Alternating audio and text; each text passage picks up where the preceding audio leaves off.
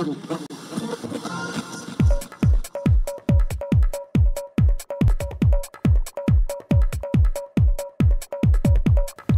an interesting idea.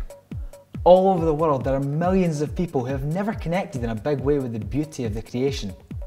The reason being that they live in shanty towns or slums, or what we call concrete jungles. In such places there are few outward signs in the environment of the grace and love of God. It was Joni Mitchell, the 1960s protest singer, who wrote the song Yellow Taxi, inviting us to preserve and nurture the natural environment. Here's a verse she wrote. I won't sing it to you, but here's a verse she wrote.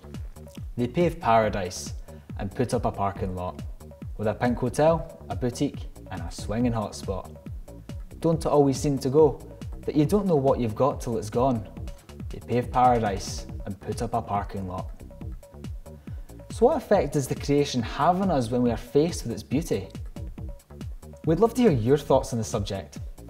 Why not add your comment to this podcast? Talking about how God speaks to us through the creation. Do you think God can speak to us through food? Or even the lack of food? We thought it'd be good to have a section in this podcast where we can exchange cooking tips and even talk about the issue of fasting. This week, we felt we'd tackle healthy eating, and in doing so, engage with the creativity of God in our diet. We'd like you to meet Shuba, who's going to share with us some ideas on how to make an interesting meal without a lot of preparation and to start on a healthy diet. I'm Shuba Moses, and today I'm going to be making a very healthy Indian dish. It's called chana masala or chickpea masala. It's very quick and easy to make, and chana or chickpea is very high in fiber, soluble fiber, and it's very rich in protein as well, and it's low in fat. So for this you will need 1 whole onion, 1 teaspoon of chopped ginger, 2 teaspoons of Madras curry powder, 1 teaspoon of garam masala, half a can of tinned tomatoes, 1 can of tinned chickpeas, and some coriander leaves. You can use fresh ones, I've got dried ones here, and some lime juice.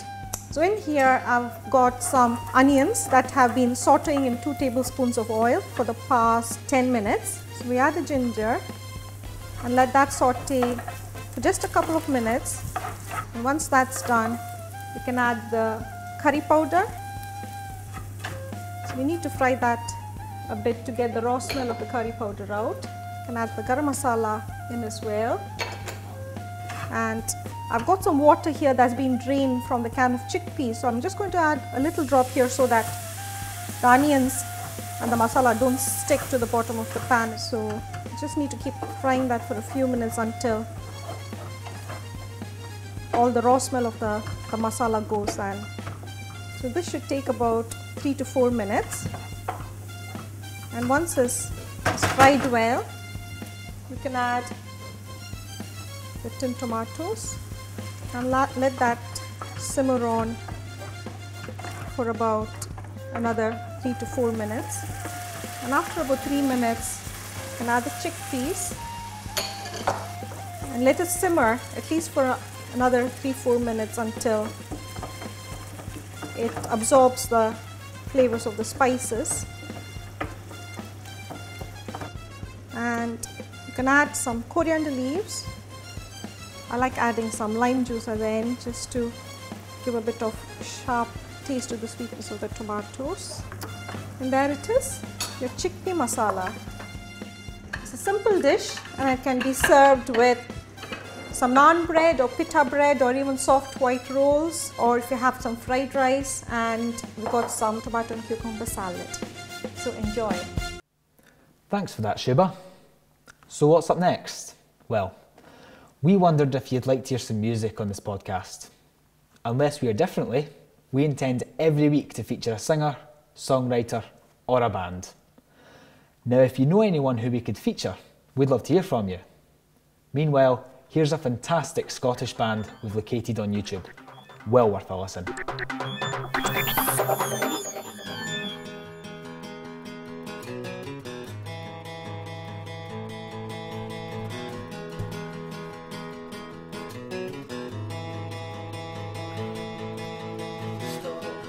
I'll stop if you promise not to shout. and my ear like I've gone deaf. Overnight we can get a picture of us by the tree and then pretend that we weren't even here. So say what you will, and I will love you still, even if the silence burns in my throat. We stand alone Christmas Day. Fantastic. Really enjoyed listening to We See Lights there. If you get a chance, check out their MySpace. Anyway, we've been asking people about creation. How about sending us some pictures of the beauty spots in your area? You know, the pictures that speak without words. Here are some pictures of the surrounding area where we live. As you watch, remember those who live in the slums and the concrete jungles.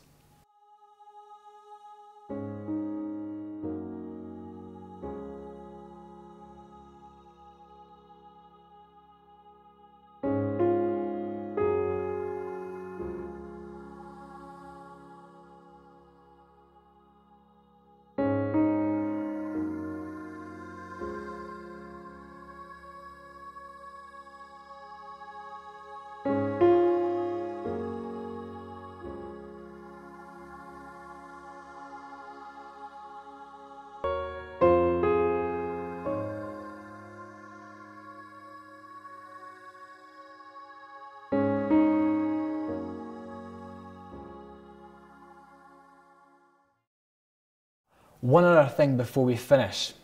We thought we'd leave you with a video about the work of the Sangeeta Orphanage in Chennai, South India. I had the privilege of visiting the orphanage last year. I'd like you to listen to Grace Moses, the director of the orphanage, who will tell you a little bit more about our work. The orphanage that started in memory of our daughter Sangeeta now has 87 children on the program who stays at the orphanage which is in the Padapai town. We plan to move the children into this facility quite soon. Once the children come in here, we plan to set up a good program to integrate the surrounding villages along with the Sangeeta project. There's been a little shortfall in the funds that we were regularly getting. The expenses are going up. The schooling for the children the cost has really gone up, and we do not have enough